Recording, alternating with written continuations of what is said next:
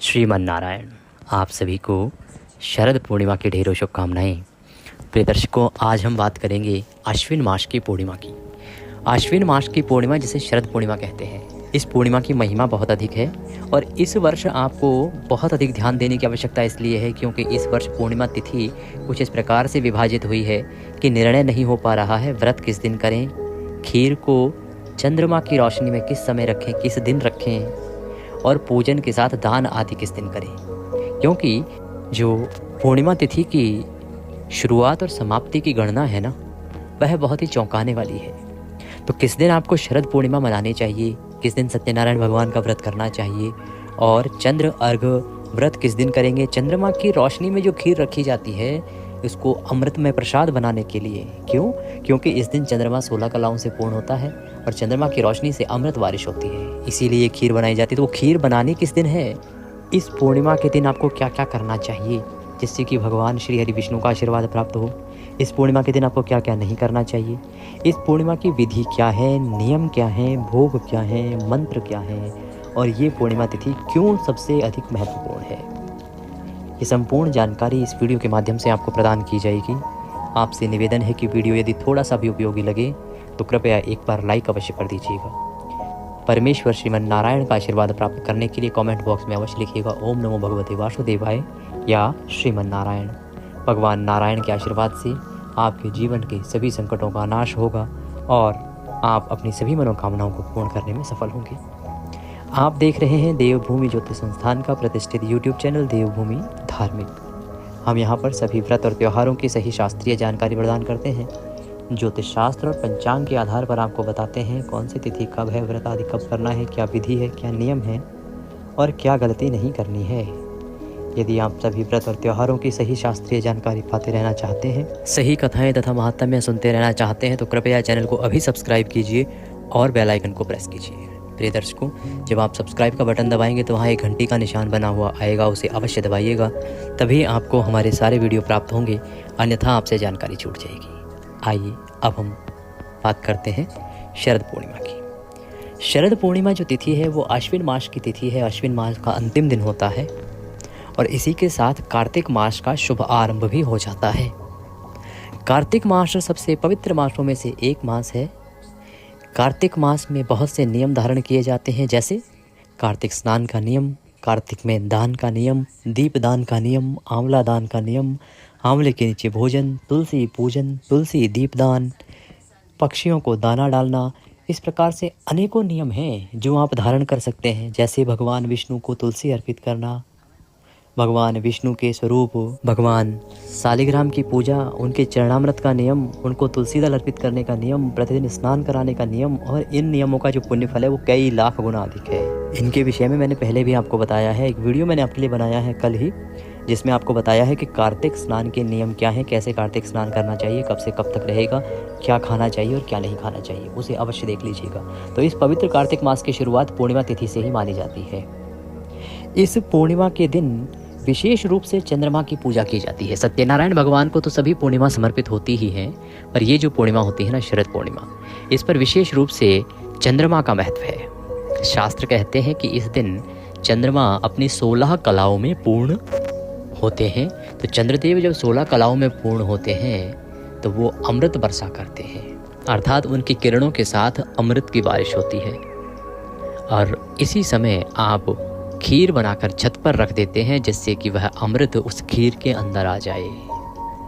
ये कर्म बहुत ही प्राचीन समय से किया जाता रहा है और अगले दिन उस खीर का प्रसाद पूरी संगत को बांटते हैं, पारिवारिक जनों को बांटते हैं, जिससे कि वो भगवान का आशीर्वाद प्राप्त कर सके। ये विशेष कर्म है जो शरद पूर्णिमा पर किया जाता है। शरद पूर्णिमा पर जो भी आप कर्म करते हैं उसका पुण्य फल कई गुना अधिक होता है। इस दिन भगवान सत्यनारायण का व्रत पूजन भी किया जाता है। भगवान सत्यनारायण का जो व्रत पूजन करना चाहते हैं उनको सुबह स्नान आदि से निवृत्त होकर स्वच्छ वस्त्र धारण करके और फिर भगवान का पूजन करना चाहिए, स्तवन करना चाहिए और जो कथा है वह श्रवण करनी चाहिए। कथा आदि श्रवण करने के बाद भगवान सूर्यदेव को जल दीजिए, तुलसी माता को जल दे सकें तो तुलसी माता को जल दीजिए और उसके बाद विधि विधान से आप भगवान सत्यनारायण का पूजन कीजिए संकल्प आदि करते हुए। उसकी विधि और सामग्री हम अब आगे बताएंगे। तो इस प्रकार से ये जो दिन है बड़ा महत्वपूर्ण है। इस दिन आपको जितना हो सके भगवान का कीर्तन करना चाहिए, भगवान की कथा सुननी चाहिए, विष्णु सहस्त्र नाम का पाठ सुनना चाहिए और पितृ तर्पण करना चाहिए। आइए अब हम पूजा विधि की बात करते हैं कि कैसे आपको पूजन करना है, इस दिन क्या क्या कर्म करने हैं। तो प्रिय दर्शकों, जिस दिन शरद पूर्णिमा है उस दिन आपको सुबह सूर्योदय से पहले उठना चाहिए। प्रयास कीजिए ब्रह्म मुहूर्त का, ब्रह्म मुहूर्त में उठ पाएँ तो उत्तम है, ना उठ पाएँ तो सूर्योदय से पहले उठ जाइए। उठने के बाद स्नान आदि से निवृत्त होइए। स्नान आदि से निवृत्त होकर स्वच्छ वस्त्र धारण कीजिए और जो आपका पूजा स्थल है ना वहाँ की साफ़ सफाई कीजिए। साफ़ सफाई करने के बाद आप सारी सामग्री जो है पूजन की वह एकत्र कीजिए। पूजन की सामग्री में आपको क्या क्या चाहिएगा। जब आप प्रातःकाल पूजन करेंगे भगवान सत्यनारायण का, आपने यदि व्रत आदि किया है तो आपके पास पूजन के लिए भगवान सत्यनारायण का कोई स्वरूप होना चाहिए। भगवान सत्यनारायण का स्वरूप लीजिएगा। उनको विराजमान करने के लिए, स्थापित करने के लिए एक चौकी लीजिएगा। चौकी पर बिछाने के लिए संभव हो तो पीला वस्त्र लीजिएगा। इसके अतिरिक्त रौली, मौली, पान, सुपारी, लौंग, इलायची, धूप, दीप और नैवेद्य तथा फूलों की माला। भगवान सत्यनारायण को विशेष रूप से पंचामृत प्रिय है भोग में, और पंचामृत से स्नान भी कराया जाता है। तो पंचामृत बनाने के लिए कच्चा दूध, दही, घी, शहद और शक्कर, ये 5 चीज़ें आपके पास होनी चाहिए थोड़ी थोड़ी मात्रा में। ये संपूर्ण सामग्री एकत्र कीजिए। एक लोटा लीजिए तांबे का। तांबे के लोटे में पहले आप थोड़ा सा गंगा जल भरिए, उसके बाद शुद्ध जल भर लीजिए और जल भरने के बाद आप आसन लगा के बैठ जाइए। सबसे पहले जो स्थान है ना उसको शुद्ध किया जाएगा, पवित्र किया जाएगा। उसके बाद आप बाकी चीज़ों को पवित्र करेंगे, सामग्री को पवित्र करेंगे, जिससे कि वह सामग्री भगवान को अर्पित करने लायक हो जाए।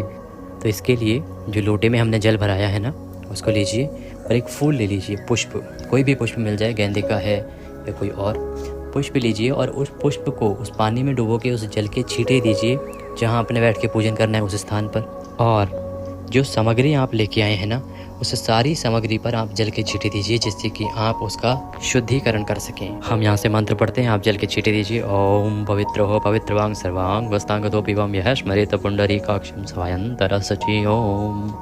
इस प्रकार से जल के छींटे देके आपने स्थान को पवित्र किया है, आपने भगवान की सामग्री को पवित्र किया है। अब हम भगवान की स्थापना करेंगे। स्थापना करने के लिए चौकी लगाइए, चौकी के ऊपर पीला वस्त्र बिछाइए। पीला वस्त्र बिछाने के बाद उनके सामने धूप दीप रखिए और भगवान सत्यनारायण की तस्वीर को स्थापित करेंगे। तस्वीर लीजिए, विराजमान कर दीजिए चौकी पर। विराजमान करने के बाद धूप दीप आपने सामने रख ही दिया होगा। इस प्रकार आप भगवान की स्थापना करने के बाद स्वयं जलाचमनी करेंगे और पूजन की ओर आगे बढ़ेंगे। तो आप एक चम्मच ले लीजिए, उस चम्मच के माध्यम से अपने सीधे हाथ पर जल लीजिएगा। पहले हाथ धोने हैं, फिर अगले मंत्र पर आपको जलपान करना है, अर्थात वह जल हथेली पर लेकर पी जाना है। ऐसा 3 मंत्रों पे होगा। उसको पीने के बाद फिर हाथ धोने। आइए आरंभ करते हैं। हस्तो प्रक्षालनम, हाथ धो लीजिए। हाथ धोने के बाद अब आप जलाचमनी करेंगे। ओम माधवाय नमः, जल लीजिए, पी जाइए। ओम केशवाय नमः, जल लीजिए, पी जाइए। ओम नारायणाय नमः, जल लीजिए, पी जाइए। इस प्रकार से पद्य अर्घ आचमनी आपने किया। हस्तो प्रक्षालनम और हाथ धो लीजिए। हाथ धोने के बाद धूप प्रज्वलित कीजिए और दीप प्रज्वलित कीजिए। धूप दीप को जला दीजिए। हाथ में अक्षत, पुष्प और 1 रुपये का सिक्का दक्षिणा के रूप में रखिए। 3 बार बोलिए ओम श्री विष्णु, ओम श्री विष्णु, ओम श्री विष्णु। अपना नाम, गोत्र, जिस स्थान पर बैठकर पूजन कर रहे हैं वहाँ का मकान नंबर, क्षेत्र का नाम, शहर का नाम। श्वेन मासे पूर्णमश्यायाम पुण्यतिथि आयु आरोग्यता प्राप्त्यार्थाय सुख संपत्ति प्राप्त्यार्थाय भगवान सत्यनारायण प्रसन्नार्थाय शरद पूर्णिमा व्रत पूजन संकल्पम संकरिष्ये। बोले सौ श्री विष्णु शरणौ शरणम प्रपद्ये। और यह संकल्प भगवान के चरणों में अर्पित कर दीजिए। संकल्प करने के बाद भगवान का पूजन आरंभ करेंगे। धूप दीप जो उनके सामने रखा है उसको संकल्प के समय आप प्रज्वलित कर लीजिएगा, जला लीजिएगा, जैसा हमने आरंभ में भी बताया। संकल्प के बाद भगवान का पूजन करने के लिए उनके सामने एक पात्र रख दीजिए, कटोरी आदि रख दीजिए, जिससे कि उसमें हम पूजन की सामग्री और जल आदि अर्पित करेंगे तो वह इधर उधर फैलेगा नहीं। आइए अब हम पूजन को आगे बढ़ाते हैं, भगवान का पूजन करते हैं। सबसे पहले भगवान नारायण को पद्य अर्घ आचमनी कराया जाता है। तो 1-1 चम्मच जल भगवान सत्यनारायण के सामने रखे पात्र में अर्पित कीजिएगा। ओम भूर्भुवः श्री शरद पूर्णिमा व्रत पूजन अंतर्गत भगवान सत्यनारायण निमित्तार्थाय पद्यम समर्पयामि। चम्मच जल लीजिए और भगवान को पद्य के रूप में अर्पित कीजिए। ओम भूर्भुवः श्री सत्यनारायणाय नमः अर्घ्यम समर्पयामि। पुनः 1 चम्मच जल लीजिए, भगवान को अर्घ्य के रूप में अर्पित कीजिए। ओम भूर्भुवः श्री सत्यनारायणाय नमः आचमनीम समर्पयामि। आचमनी कराइए भगवान को, आचमनी के रूप में 1 चम्मच जल अर्पित कीजिए। अब भगवान को स्नान कराएंगे। स्नान कराने के लिए फूल के माध्यम से छींटे दीजिएगा। भगवान को ओम भूर्भुवः श्री सत्यनारायणाय नमः स्नान निमित्तार्थाय जलम समर्पयामि पंचामृत स्नानम कुरु। अब भगवान को पंचामृत से स्नान कराएंगे। पंचामृत बनाइए कच्चा दूध, दही, घी, शहद और शक्कर से। 5 चीज़ों से पंचामृत बनेगा। पंचामृत बनाने के बाद वह भगवान को अर्पित कीजिए। अगर प्रतिमा होती है तो हम अभिषेक करते हैं, लेकिन जो तस्वीर पर पूजन करते हैं तो फूल से पंचामृत को अर्पित कीजिएगा। फूल पे पंचामृत लगाइए और वह भगवान को चढ़ाइए। ओम भूर्भुवः श्री सत्यनारायणाय नमः पंचामृत स्नान निमित्तार्थाय पंचामृतम समर्पयामि। पंचामृत समर्पित कीजिए। पंचामृत अर्पित करने के बाद भगवान को पुनः शुद्धोदक स्नान कराया जाता है। पुनः शुद्ध जल से छींटे दीजिएगा। ओम भूर्भुवः श्री सत्यनारायणाय नमः शुद्धोदक स्नान निमित्तार्थाय शुद्ध जलम समर्पयामि। शुद्ध जल समर्पित कीजिए। शुद्ध जल से स्नान कराने के बाद भगवान को वस्त्र अर्पित करेंगे। वस्त्र कैसे? वस्त्र के रूप में मौली का एक टुकड़ा तोड़िए और वह अर्पित कीजिएगा। ओम भूर्भुवः श्री सत्यनारायणाय नमः वस्त्रम समर्पयामि। वस्त्रम उपवस्त्रम यज्ञोपवीतम।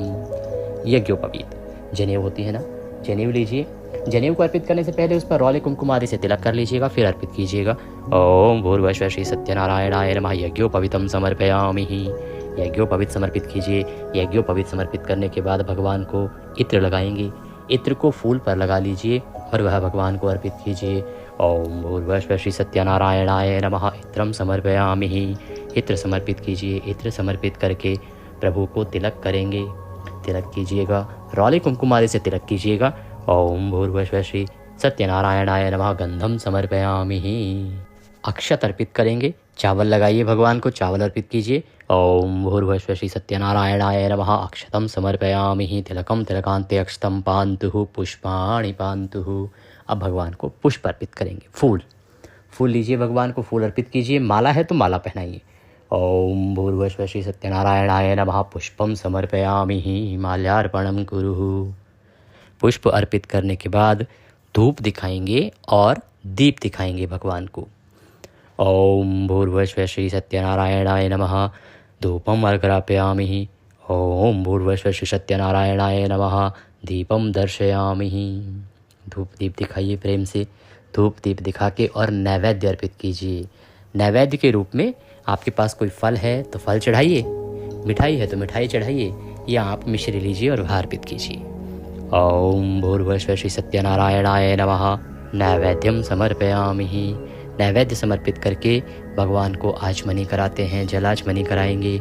जलाचमनी के लिए 1 चम्मच जल लीजिए, भगवान के सामने रखे हुए पात्र में अर्पित कर दीजिए। ओम भूर्भुवः श्री सत्यनारायणाय नमः जलाचमनिम समर्पयामि। जलाचमनी कराने के बाद पान का बीड़ा अर्पित किया जाता है। इसे तांबूल कहते हैं। तांबूल के रूप में पान अर्पित करने के लिए एक पान का पत्ता लीजिए, उस पर 2 लौंग, 2 इलायची और सुपारी रखिए और वह भगवान को बीड़े के रूप में अर्पित कीजिए। ओम भूर्भुवः श्री सत्यनारायणाय नमः तांबूलम समर्पयामि।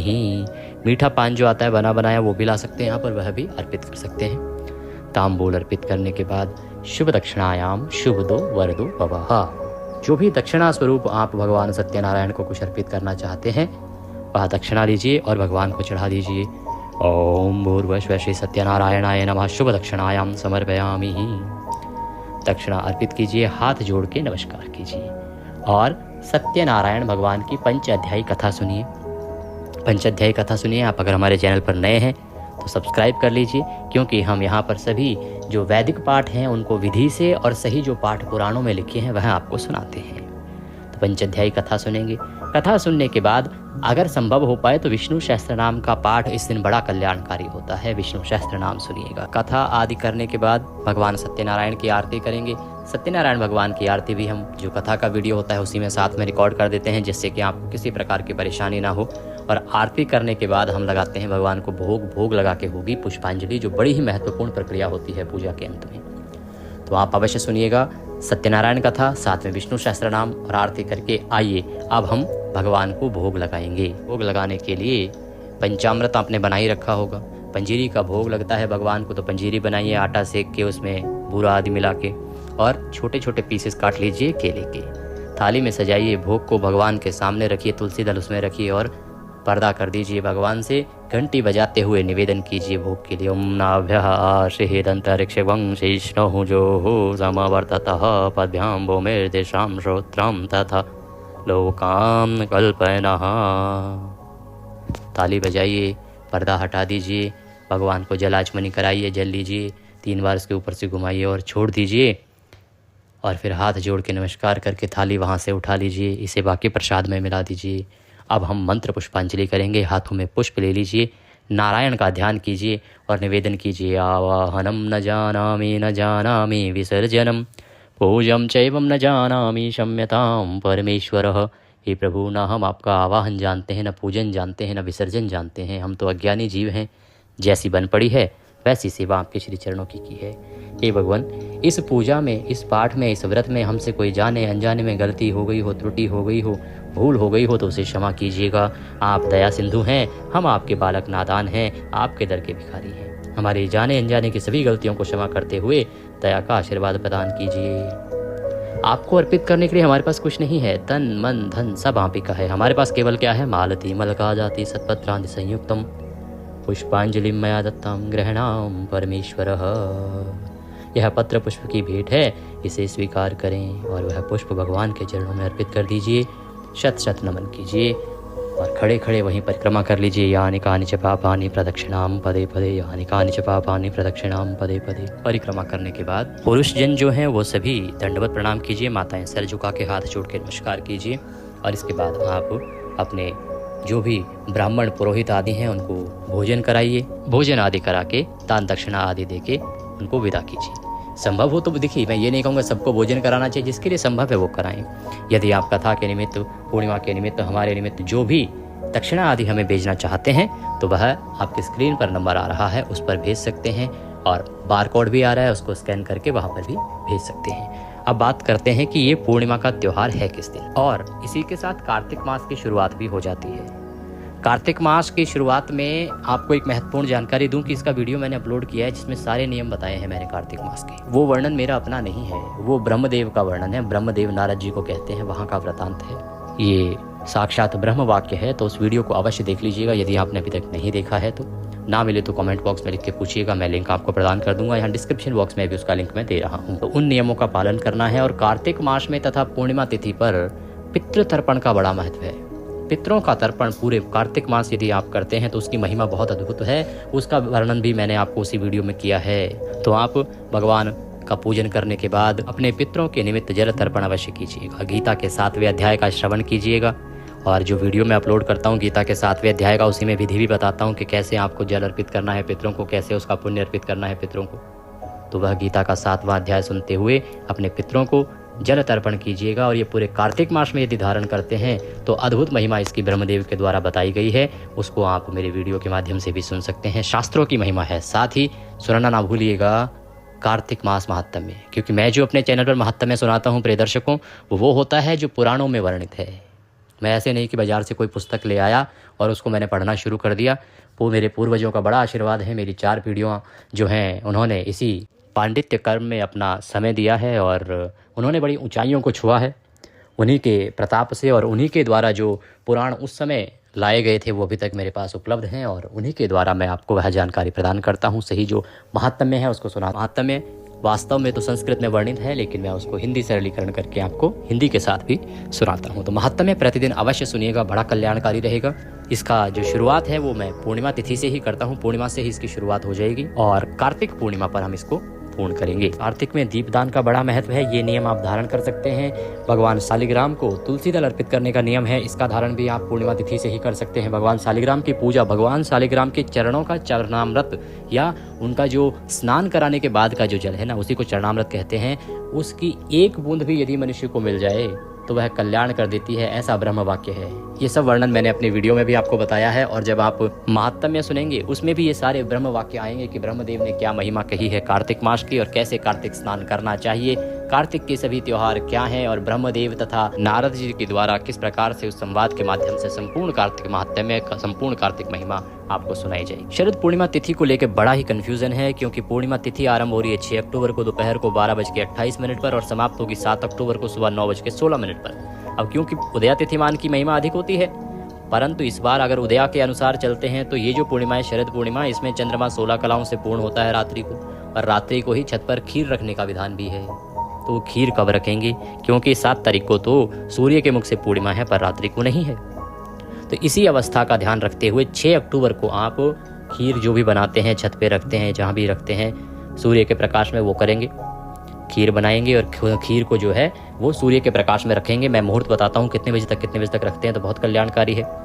और उसके बाद अगले दिन इसका सुबह पान करेंगे, क्योंकि हमारे यहाँ पे तो हम बचपन से देखते आए हैं, हमारे पिताजी जो हैं इसको बनवाते थे और अगले दिन जो भी संगत मंदिर में आती थी हमारे, उन सबको प्रसाद रूप में बंटवाते थे। अब आप 6 को करेंगे पूर्णिमा, जिसमें चंद्र अर्घ व्रत जो है वो भी किया जाएगा। चंद्रमा के प्रकाश में जो रखी जाती है खीर वो भी बनाई जाएगी रात्रि को। जो सत्यनारायण का व्रत करते हैं वो 7 तारीख को भी कर सकते हैं, क्योंकि इसमें सुबह सुबह आप सत्यनारायण भगवान की कथा आदि कर सकते हैं। सूर्य के मुख से पूर्णिमा है। और जो दान पुण्य के कार्य हैं पूर्णिमा के, वो भी 7 अक्टूबर को किए जा सकते हैं। इसलिए ये कहूँगा कि 2 दिन एक तरह से पूर्णिमा का त्यौहार आ गया है। चतुर्दशी में 6 तारीख को है और 7 तारीख को सूर्य के मुख से पूर्णिमा है। चंद्रोदय की बात करते हैं तो 6 तारीख को चंद्रोदय होगा शाम को 5:27 पर। चंद्र दर्शन का जो शुभ समय है शरद पूर्णिमा के दिन वो रहेगा रात्रि को 8:30 से और प्रातः काल तक कर सकते हैं। विशेष रूप से अगर हम बात करें तो 11:30 से 12:30 बजे का जो समय है वो चंद्र पूजन, चंद्र दर्शन के लिए सर्वश्रेष्ठ माना गया है। साथ ही आपको इस दिन अगर लक्ष्मी पूजन करना है तो वह भी इस समय पर किया जाए तो बड़ा कल्याणकारी रहेगा। ये थी जानकारी पूर्णिमा के बारे में। जानकारी थोड़ी भी अच्छी लगी हो तो वीडियो को लाइक अवश्य कर दीजिएगा। नारायण सब पर कृपा करें। जय सत्यनारायण भगवान।